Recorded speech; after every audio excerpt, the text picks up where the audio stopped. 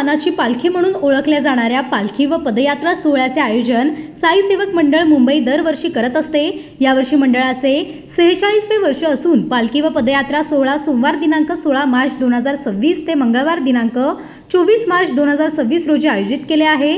तरी मंडळाचे विश्वस्त अशोक गोपाळ देसाई, कार्याध्यक्ष सुदेश प्रभाकर पुण्यार्थी, सचिव श्रीराम चंद्रशेखर आचरेकर, खजिनदार सुशील नारकर, समिती सदस्य प्रदीप पडते, सुभाष साळगावकर, विजय पाटील, कच्छेंद्र पाटील, विश्वास रांगणेकर, सुरेंद्र कुमार विश्वकर्मा, शुभम माने, नरेश कराडकर आदी पदाधिकारी यांनी साई भक्तांना मोठ्या संख्येने सहभागी होण्याचे आवाहन केले आहे।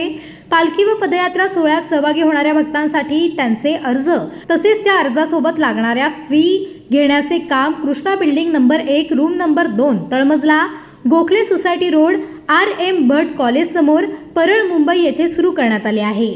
साई भक्तांनी लवकरात लवकर आपले अर्ज भरून जास्तीत जास्त संख्येने पालखी व पदयात्रा सोहळ्यात सहभागी होण्याचे आवाहन मंडळाकडून करण्यात येत आहे।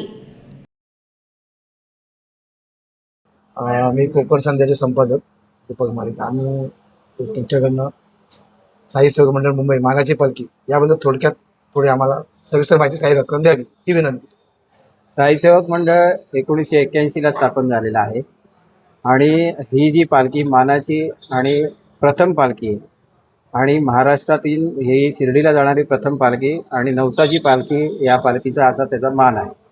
ही पालखी शिर्डीमध्ये आपल्या लेंडी बागेमध्ये थांबते, इतर कोणत्याही पालख्या लेंडी बागेत थांबत नाही। आपल्या पालखीचा तो मान आहे। या पालखीमध्ये महाराष्ट्रातले बरेचसे कानाकोपऱ्यातून लोक सहभागी होत असतात आणि मी या कोकण संध्याच्या माध्यमातून सर्व पदयात्रींना आवाहन करेन का आपण लवकरात लवकर येऊन या पालखीचे रजिस्ट्रेशन फॉर्म भरून पावती फाडून घ्यावी, जेणेकरून पुढील कार्य करणं सोपं होईल।